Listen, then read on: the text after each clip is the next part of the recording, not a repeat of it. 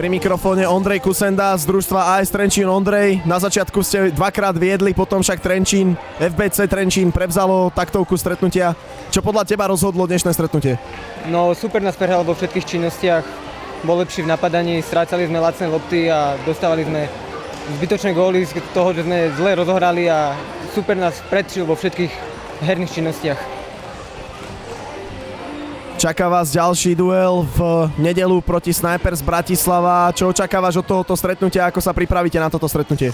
Musíme sa dať hlavne psychicky dokopy. Bol to pre nás ťažký zápas, dostali sme veľa gólov. Pri mikrofóne hrajúci tréner družstva AS Trenčín Juraj Matejka. Juraj, čo podľa teba rozhodlo dnešné stretnutie? Tak rozhodlo určite tá prvá tretina. Tam nám padli rýchle góly, ešte za stavu 2-2 to bolo celkom slušné, ale potom sme supera veľmi ľahko pustili do vedenia a už sa to potom ťažko dobiehalo. Čaká vás ďalšie stretnutie v sobotu proti proti Snipers. Medzi tým budú hrať ešte juniori, dôležitý tiež derby súboj, zajtra proti FBC Trenčín. Čo čaká káder, ako sa nastaví na ďalšie stretnutia? Tak toto musíme samozrejme hodiť za hlavu, no proste nevyšlo to.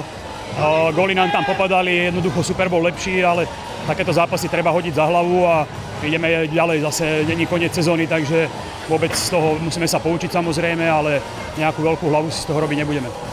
Ďakujem. Pri mikrofóne brankár družstva FBC Trenčín Samuel Polák. Samuel, dnes si odkrutil svoj debut v extraligovom drese. Aké máš pocity? Veľmi dobre. Musím povedať, že som strašne rád, že sa mi táto príležitosť naskytla.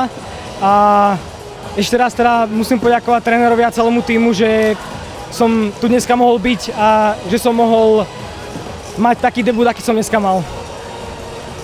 Inkasoval si 0 gólov, gratulujeme. Čo hovoríš na atmosféru dnes v hale 1000 divákov? Ako sa pozeráš na toto? Nie je to obvykle takáto divácka návšteva na zápasoch florbalu? Tá atmosféra bola naozaj úplne o inom, akože takýto zážitok, čo si dneska odnášam, tak to si myslím, že tak skoro možno nezopakuje a musím znovu poďakovať, že som strašne rád za to, že som tu dneska mohol byť.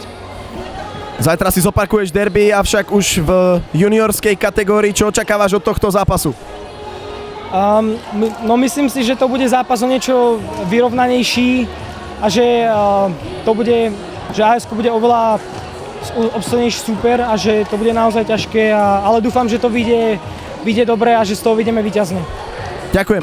Pri mikrofóne tréner družstva 1. FBC Florbal Trenčín Jan Holovka. Tréner, na začiatku AS dvakrát viedlo, potom ste však prevzali taktovku dnešného stretnutia. Čo bolo podľa vás kľúčom k úspechu?